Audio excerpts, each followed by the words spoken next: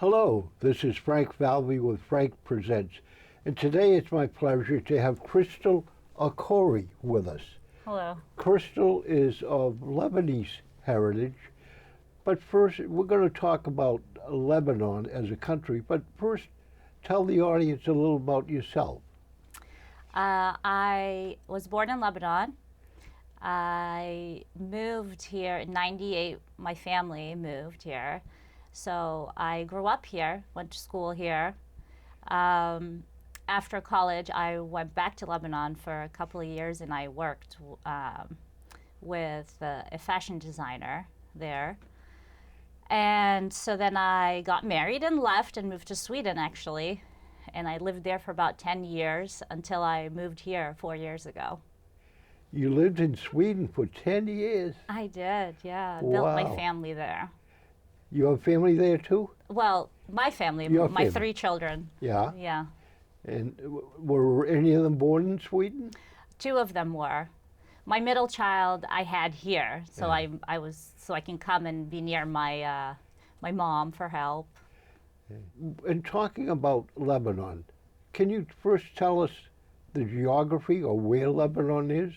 Yeah, so Lebanon is located in Eurasia, which is the western end of the Middle East. It's at the eastern shore of the Mediterranean Sea. So if we were looking at the Mediterranean Sea, it's at the very end of it. And it is smaller than the state of Connecticut, I would say. So it's very small in span.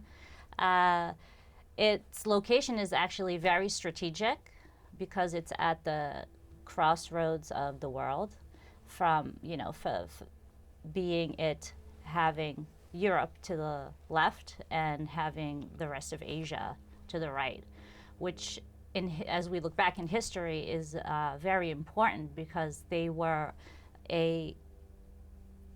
had a very important location when it came to trade.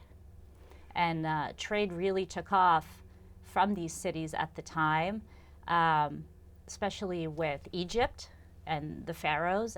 We're talking Right. about thousands and thousands of years ago. Right. Uh, So is it hilly or is it deserty? it's mainly mountainous. So when you're on the coast and you look I want to say you look east, you will see the mountains, kind of raising up from the sea, which gives it,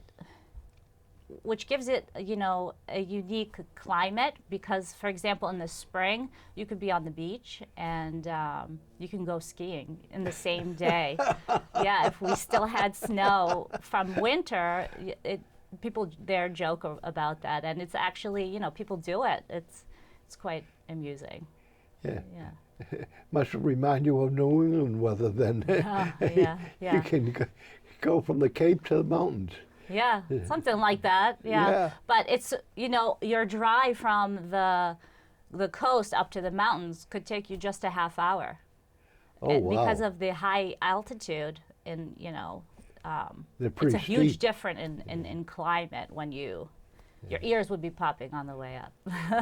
What sea is it that Lebanon faces?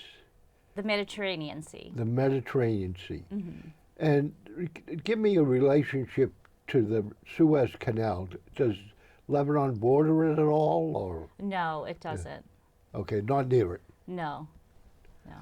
All right. But I can picture that would be a great place back in centuries ago of the Asian trade in the European trade coming together and meeting. That's right.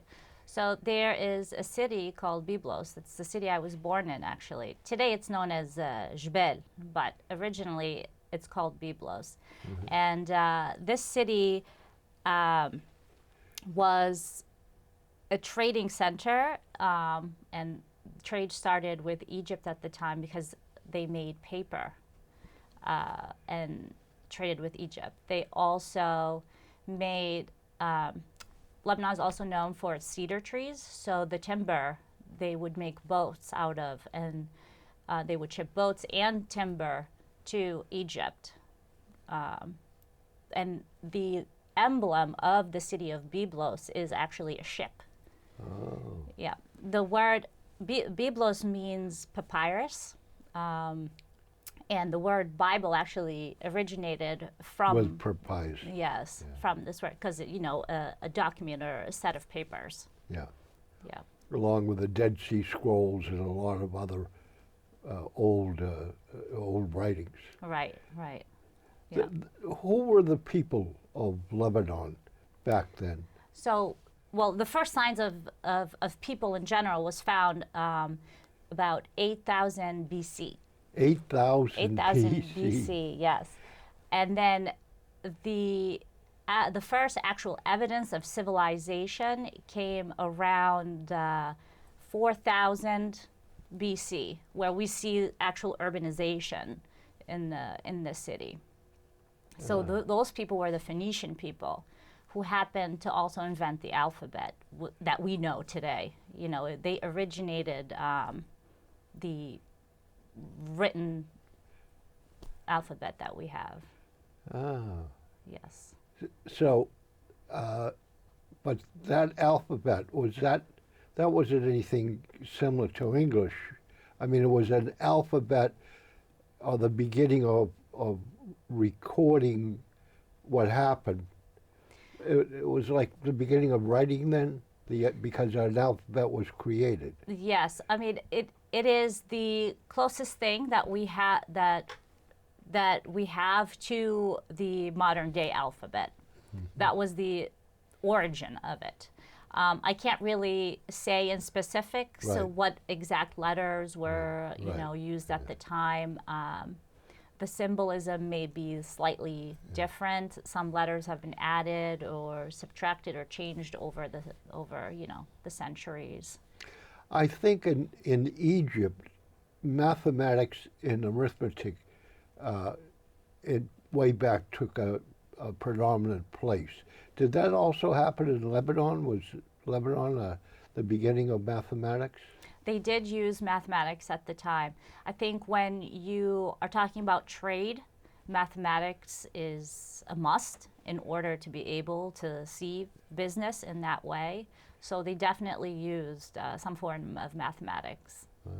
Yeah. And was most of trade by camel? No, they built boats and they traded through the sea.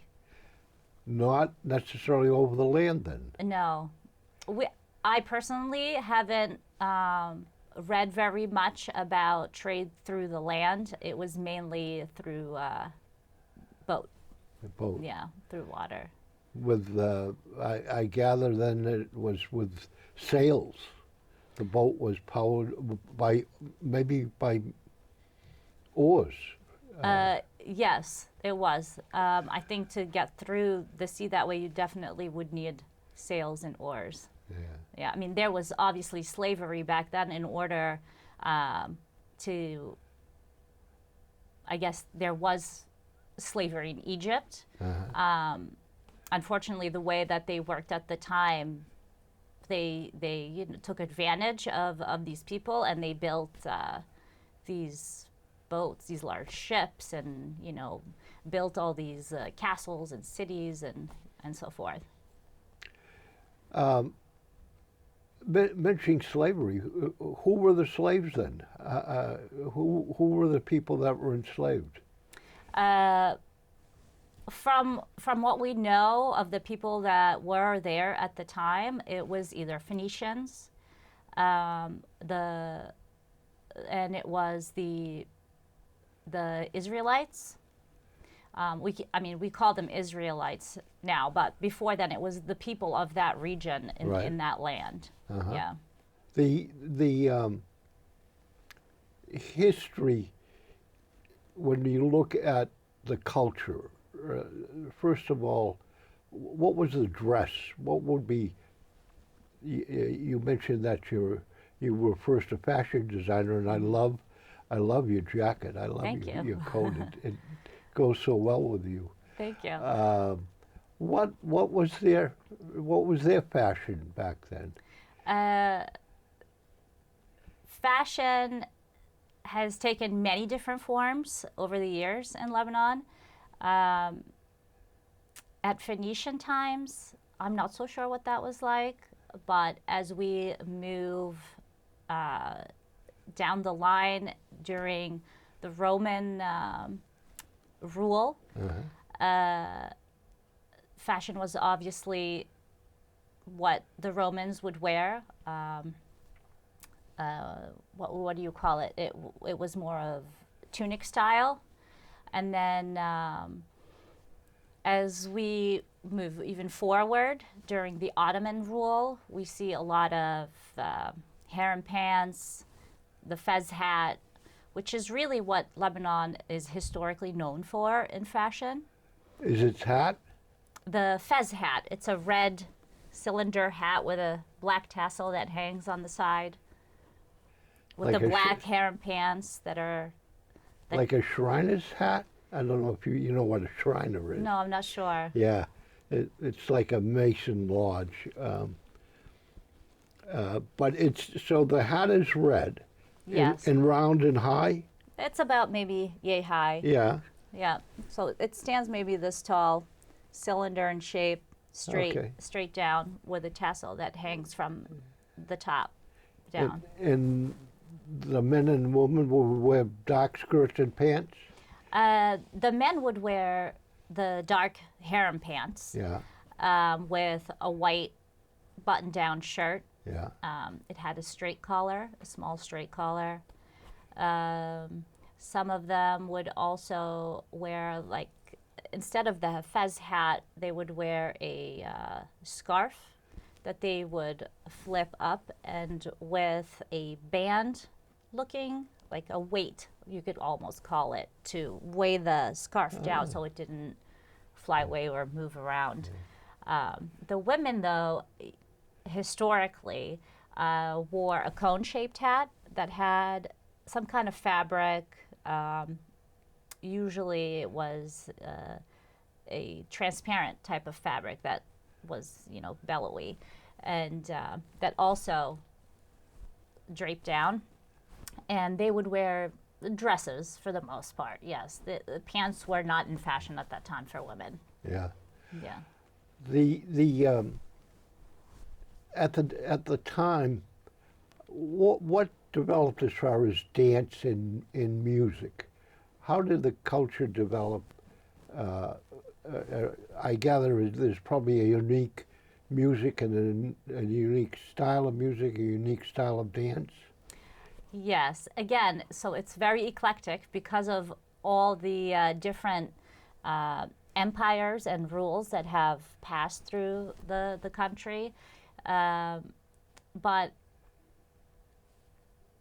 as far as I can go back, we have influence from Turkey because of the Ottoman rule. So we have a lot of dance in that, where it's a very, how do you say, strict form of dancing, where you have a lineup of people and it's mainly footwork. So it's like a group dance almost. Yeah. And what would be the musical background, or what instruments would be played? I don't know the word in English, but there is a type of guitar that's called oud. Called the oud? Oud. Oud. So if you were to say that in English phonetics, you write it in English phonetics, it would be O-U-D. And it's the closest thing, I think, the guitar is the closest similarity that I could come up with that. And they also have a, what looks like a harp that has been tilted on its side, and so you have a string. It's a string instrument also, and they play it laying down, so with fingers, and with a pick that is actually put on like almost a ring. Oh. Yeah, it's That's very nice fascinating. sound also. Yeah. What developed as far as religions in Lebanon? Who came first, and what religions were prominent in Lebanon? As far as religion goes, it originally was polytheistic until we had Jesus at the time was in that area. He said that to have been in Lebanon at certain times, different cities and the cedars of God, the cedars of Lebanon, which Lebanon is very known for. It's even represented on its flag. The cedars of Lebanon were mentioned over 100 times in the Bible. So we know that Jesus was present there at the time. And then after that, around 58 BC, comes Paul the Apostle, and he's recorded to have been in Tyre. And then in the 5th century, the Maronite Church was founded by Saint Maroon in the mountainous regions of Lebanon. And that's when Christianity really started spreading there. They fled to Lebanon at that time because of persecutions that were happening in Syria. I think around that time also because of the Crusades, a lot of persecution was happening, and that's why we were getting refugees from that area into Lebanon. The Christians were being persecuted at the time. So, and then we move forward to the 7th century, where we started seeing a religion called Druze, which was taken off of a sect of Islam, but essentially they do have their own religion.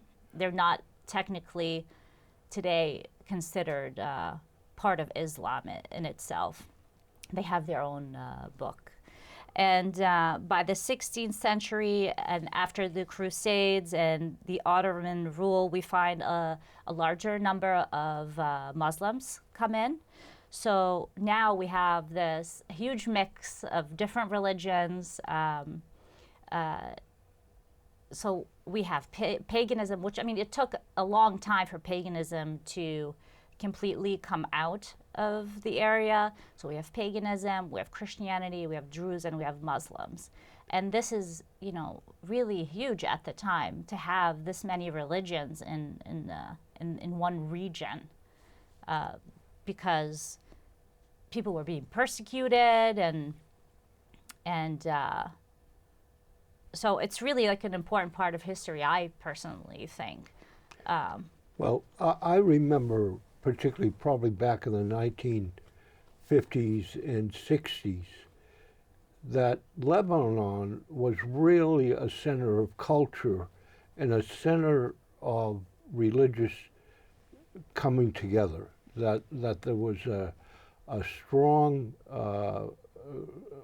Christian presence and there was a strong Muslim presence. Mm-hmm. And neither there was no religion that had a majority of people. Does that sound right for about 1950, 60? It does sound right for the most part. At the time, Lebanon really flourished. Yes. People got along. I think this was around the French colonization of Lebanon. So. Oh, it was a French colony at one time? Yes, there was. So after World War I, the French and the British, to a certain degree, did get involved in Lebanon, so it became a French colony. I think as a result of all the wars that were raging, and at the time we had empires. We didn't really have specific countries. Maybe in Europe we did, but I think on the other side of the world it was still empires and kings and all that. So while the world was still being split and how do I want to say? After World War II, it was split up into. After World War One. After World War One, yeah. Yeah. I think it was split up among, different Allied countries. Right. And France, I know, Algiers, Morocco were French territories, along with some parts of Africa. British had India and a number of other. But right. one of the interesting things I think at that time was the only American university, and it's still in existence, It is. is Yeah. in Lebanon. It It's the is. American university, and it at the time it was extremely prestigious. Both the teachers and the students that went there were really high academic standings, and and uh, and it was an American university, and I gather it's still there. Yes, it's still there. It's still actually one of the best universities to attend in Lebanon. It's called Lebanese American University. And I believe that the credits you obtain from this university is used worldwide, essentially, which is unlike a lot of the rest of the colleges in Lebanon. But it comes with a hefty price tag, for sure. Which to the Lebanese people is quite difficult to sustain a tuition that high, because we have to consider that income for the regular Lebanese family, they wouldn't be able to afford a university like that. What is the main agricultural industry? What is the main source of money for Lebanon? To be honest with you, I'm unsure. But they do grow a lot of wheat. We have a region called the Bekaa Valley, which is between the two mountain ranges of the coast and the Syrian mountain range.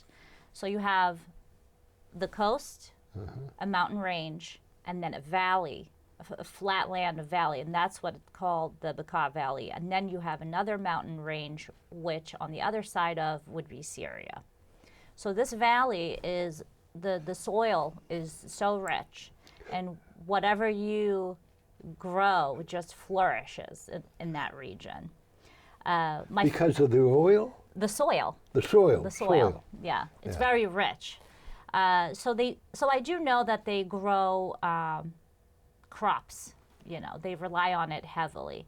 How much of that they actually use within the country, I'm unsure. A lot of it is exported. My family, my father was actually born in that region. Originally, that's where he's from. And we have quite a bit of growing land there as well ourselves. Today he has it rented out to farmers who would take care of the land. But so I do know firsthand that it is always being grown with something, and it usually yields like 2 crops at least per year. Wow. Yeah. Kind of a subject off what we're talking about, but we mentioned hats, right? And apparently different Muslim tribes or groups, you can distinguish them by the hat band that they wear. Is Lebanon have a certain maybe Arab headgear or thing that would distinguish you from as being from Lebanon? I don't believe so. Not that Okay. I'm aware of. I think this might bleed into more of a certain religious sect, and what that specific religious sect chooses, for clothing. Yeah. So, somewhere developed in Lebanon mosques, and so you must have heard every day the call to prayer from these mosques. Yep, we do. All different cities will have church bells ringing, and we'll hear the call from the mosques as well. And this is what makes it so unique, is that this eclectic being of religions together. It's as an American living here, when I go and see this, it's very interesting. I don't think you can see that in many other places in the world. originally everybody got along, and it was very nice to see. I mean, Lebanon was known for its different, like I said before, the many different religions that it had, and it definitely shows even just walking through the streets there. I gather that there's a language called Lebanese. Yes. It- It's really just Arabic, Lebanese style. Yeah, yeah. It's really just Arabic. Yeah, it is Arabic. Now, the Lebanese Arabic has taken some words from the French language because also during the French colonization, French was heavily used. So our street signs in Lebanon will be in Arabic and a translation in French, even still today. So they have taken certain French words and have Arabicized them. Yeah, I want to say. Great, Yeah, great. yeah. So you're better off knowing French than English if you're going to go to Lebanon. Well, today, modern day, I think things are shifting a little bit. Yes, French is important in Lebanon, but I think around the 21st century, English has, taken good footing there as well. They teach it in the school. So when I went to school as a child there, I was learning Arabic and French. So I was learning, math in Arabic and in French. Really? Yes, I was learning grammar in Arabic and in French. So it was really like two curriculums in one. It's a lot of. And this is like in grade school. Yes, yes. I left Lebanon in grade 5. I completed grade 5, and when we moved here afterwards. So this is the stuff I was learning. But today you have the choice. Now there are schools that will teach Arabic English or Arabic French. Some of them may even teach all three. But one of these languages would be considered as an elective starting, in higher grades, like maybe middle school. Is the school system run by the towns or run by the country? How does the school system operate? There is a public school system, but there are also plenty of private schools. The one I happened to go to was a Maronite Christian school.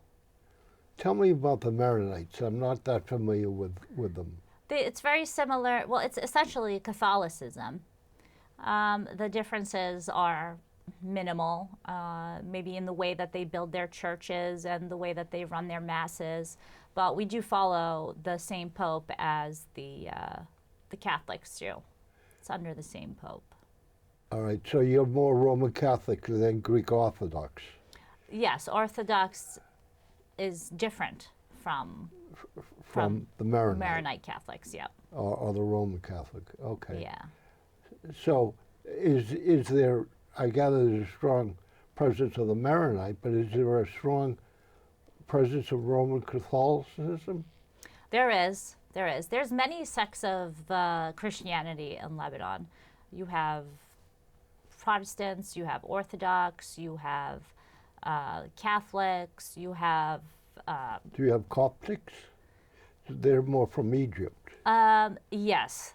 There isn't very many Coptics, not that I know of anyway. Yeah, It's not something prominent. Right, Yeah.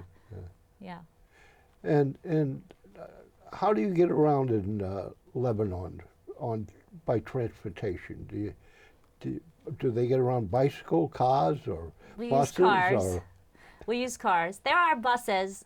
Well, depending on the political stability or instability, there may be public busing, but that's not always a guarantee. So people do rely heavily on their cars. There are private buses, or I should say more like vans, about 15, 10 passengers max. That will, I guess it's a cheap way of getting around. Yeah. If I said the Garden of Eden coming out of the Old Testament, or this place that just was fruitful and beautiful and growth, would that have at all been in Lebanon, or would that have been more up in Syria or somewhere else? I think, are we talking about, We're going back before biblical time, okay, and we're going back to this concept that there was an area in Asia that was just so fruitful, so plentiful, yes, with just everything that you could ask for as far as nature went. And I'm just a little curious if any of that might have been in Lebanon, but I think maybe it would have been more in Syria or I don't know, Iran or Iraq. But well, what I can say is that it was very fruitful, whether you want to call it Garden of Eden or, something that is the closest to, you can, and I think it's evident by just studying its history, because we have had so many different rules and empires come through and fight for it and want to take it. And again, because it was such a hub for trade, it was such a strategic location. And I've never known in history, going back, Lebanon to be a military country, or a country that had a strong military, that it would be on the offensive. no, I don't believe it ever was. I don't think it ever was. No, it was always out for the taking. Yeah, yeah. It was more a country that got overrun maybe by Multiple times. Genghis Khan or the The Mongols Caesar. were there at one point. Yeah, Yeah. they were there, and so Yeah. it's a country that really, when there were empires, the empire kind of ruled the country Yes. going on. Yeah. And with each empire came a certain influence, which makes what Lebanon is today. So we cannot say that, this is what Lebanese people, have been, because it's always ever so changing. Even today, we still have changes in political climate, which will then affect the culture. The culture today isn't necessarily what it was 300 years ago, for example. Right. It is ever changing, and it changes so much, I think, because religion and state are not separated. So when you involve the two together, you have the morals and beliefs that come with religion have a huge impact on politics in that way. So when you merge the two together, it ends up resulting in a changing culture as a whole, because when you're changing laws and enforcing certain things that are stemming from religion, the culture itself changes. Changes. Yeah. Yeah. What is it that we haven't talked about that you would like to tell us about Lebanon? Well, that's up to you. I have different categories with different little Food. bits. Food. Oh, that's right. Food. Okay. Tell me. Yeah, I have to admit. Yeah. Okay. I've been to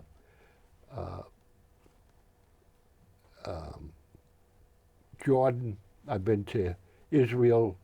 I've been to Egypt. Okay. And I hate to say it, I'd never cared for the food. Yeah. And the food, there's is it green stuff? There's some stuff that everyone eats, goes crazy over. Is it like a salad? I don't know. For breakfast, right? They have cold cuts. In other words, they go to the hotel for breakfast, right? There's all these exotic cold cuts and maybe salads or in the flatbread, right? Yeah. But people go wild over Middle Eastern food. Yeah, they do. And They do. what is it particularly about Lebanese food that people just crave? Lebanese people were the inventors of hummus. You don't like hummus, Frank? No? Oh. I'm sorry. Then I have to make it for you sometime. Maybe you just haven't had the right hummus. Oh, no, I think I have. No. So hummus, describe hummus. Hummus is made out of chickpeas. It's pureed. And then, depending on your personal taste, you could add garlic to it. And you add tahini sauce, which is made out of sesame. It's like sesame paste, really. All right. Yeah. And then you eat that with pita bread. It's the most delicious thing. Well, the pita bread is the flat bread, right? Yeah. It's flat. I like that. I like Yeah, the pita yeah. bread. We also, And pita bread is not the bread you wrap things in. That's a little different and a little thinner. well, in Lebanon, that's the one we use, the thin one. The thin one. Yeah. Oh, okay. Well, see, this is where you see the Greek influence in Lebanon with the pita bread. Their version of the pita bread is a little thicker. And that's where you see the Mediterranean influence more. Oh. For example, we have a drink called ara, which is the closest in comparison to ouzo, the alcohol. Yeah.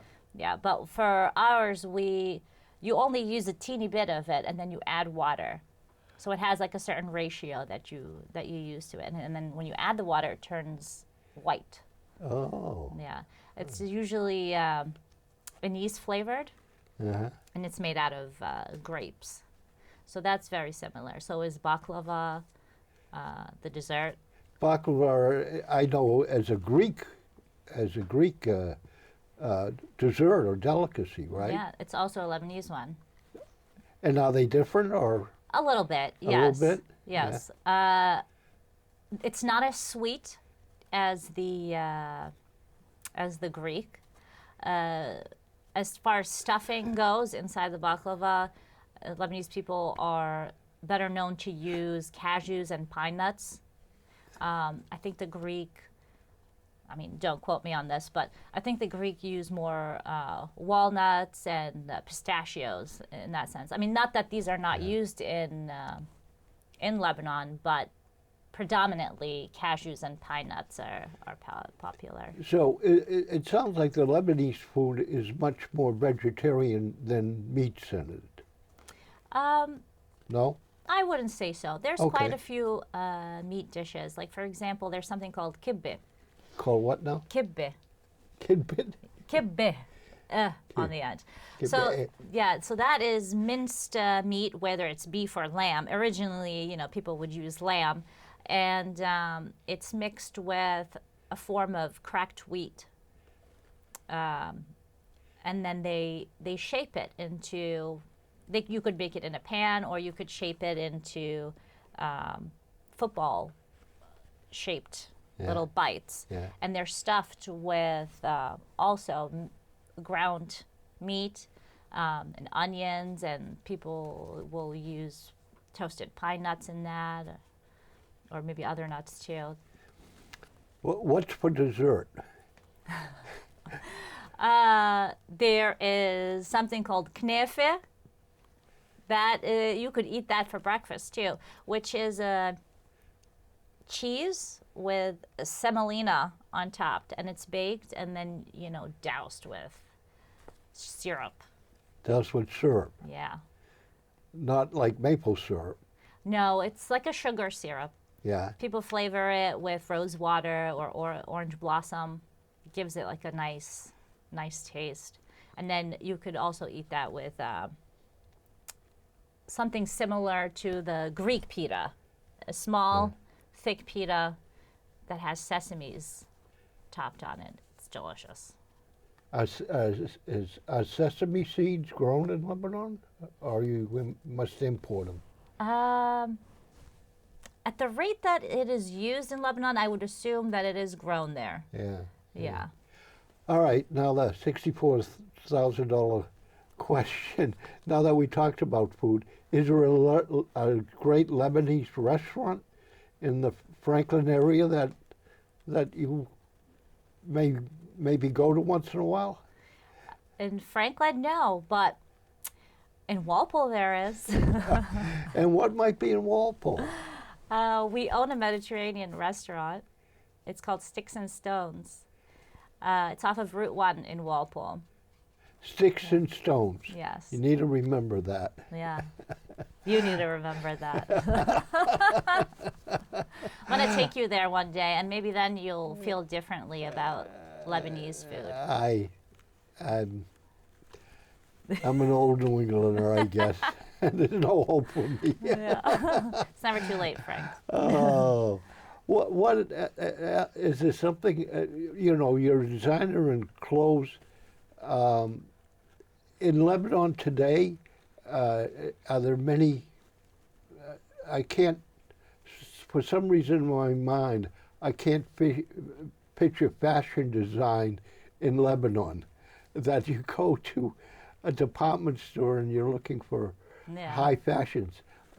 Correct me. I mean, is high fashion is very popular in Lebanon. I mean, maybe not among middle class or below, but people from all around the Arab world come for the high fashion in Lebanon. I worked there for about 2 years after I graduated college. I worked for a man named Zuhair Murad, and he was a high fashion designer. And I mean, the amount of celebrities within the Arab world that would come through his doors is quite amazing. They regard it as a necessity almost. Yeah. And where did you go to college? I went to Mass Art and studied fashion. Is that still in Boston? It is, yeah. Yeah, I knew where I don't know. Yeah. Yeah, it's up by where Fenway Park is, or in that area. And there's a hospital, the Peter Ben Brigham is. It's right near Northeastern University. It's Okay, down by Symphony Hall? Yes. Yeah. Down the street from there. And so, in fashion design, we're talking about clothing now. We are, yeah. Any specific, just clothing in general? Well, it's usually for women, and they are these gowns that are dressed with, they could be dressed with all kinds of jewels and shiny things. Fabrics that are imported from Italy, beadwork imported from India. I mean, granted, they did a lot of beadwork in-house too, but very costly. So a dress could cost anywhere over $10,000. It could reach $40,000 depending on what the customer wants on it. Wow. Yeah. Wow. I picture that women from the Asia or Arabic women would be, even their gowns though, would be distinctly different than an American movie star would wear to a ball. That's not necessarily true. No? Okay. Movie stars here in the U.S. have actually worn Zuhair Murad's dresses. He's quite known in Hollywood at this point.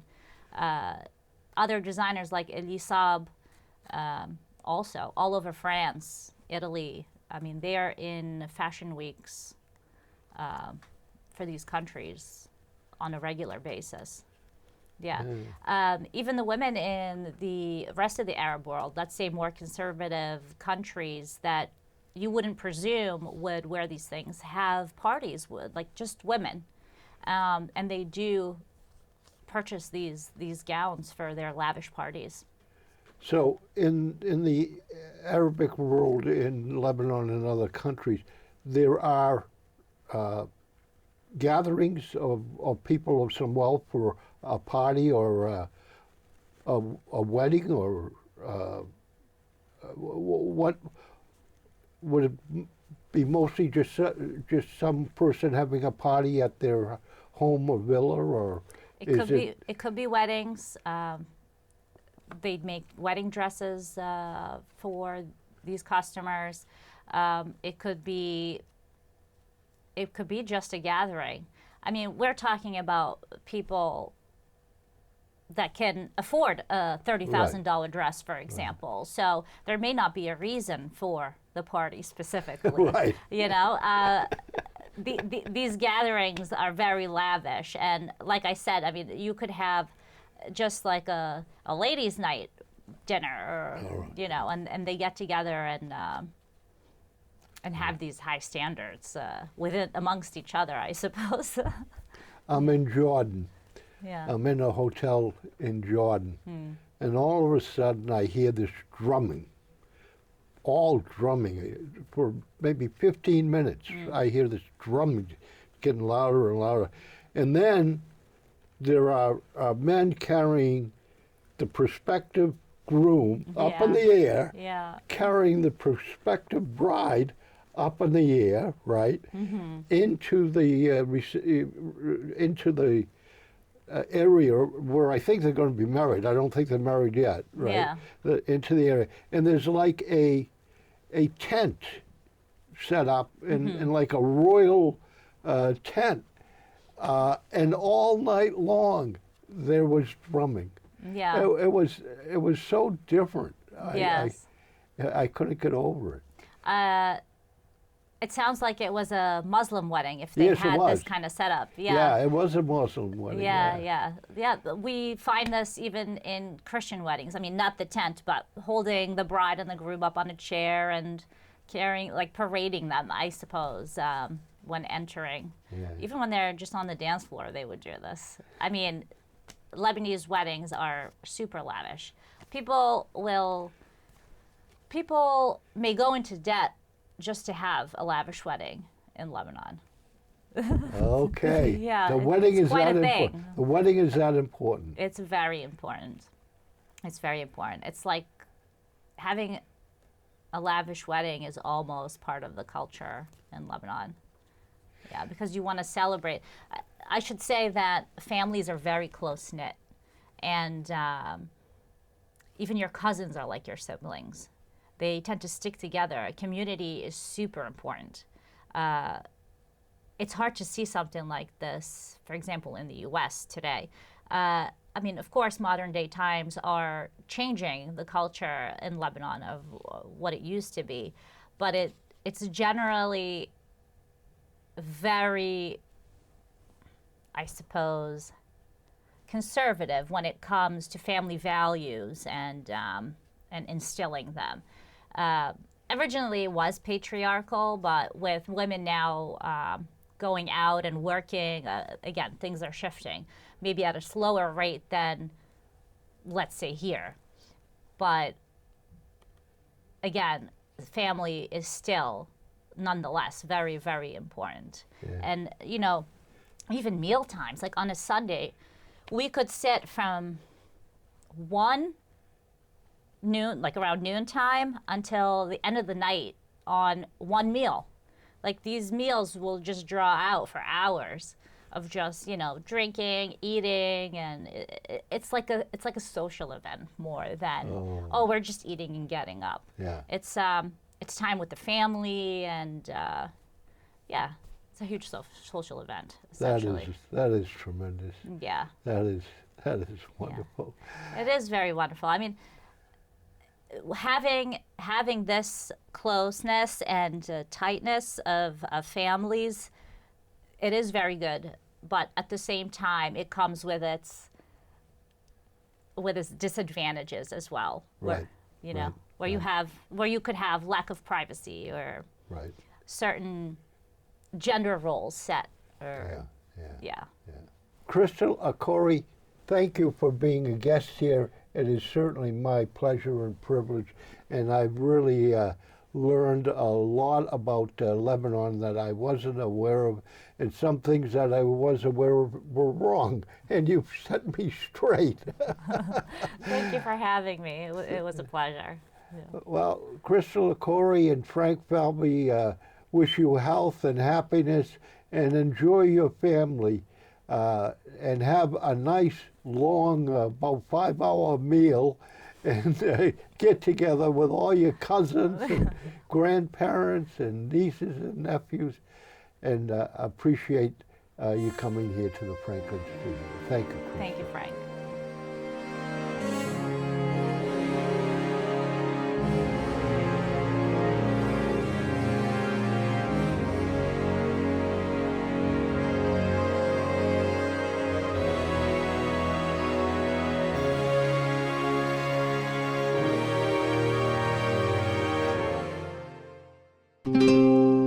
This program was made possible by your Franklin friends and neighbors, good folks just like you.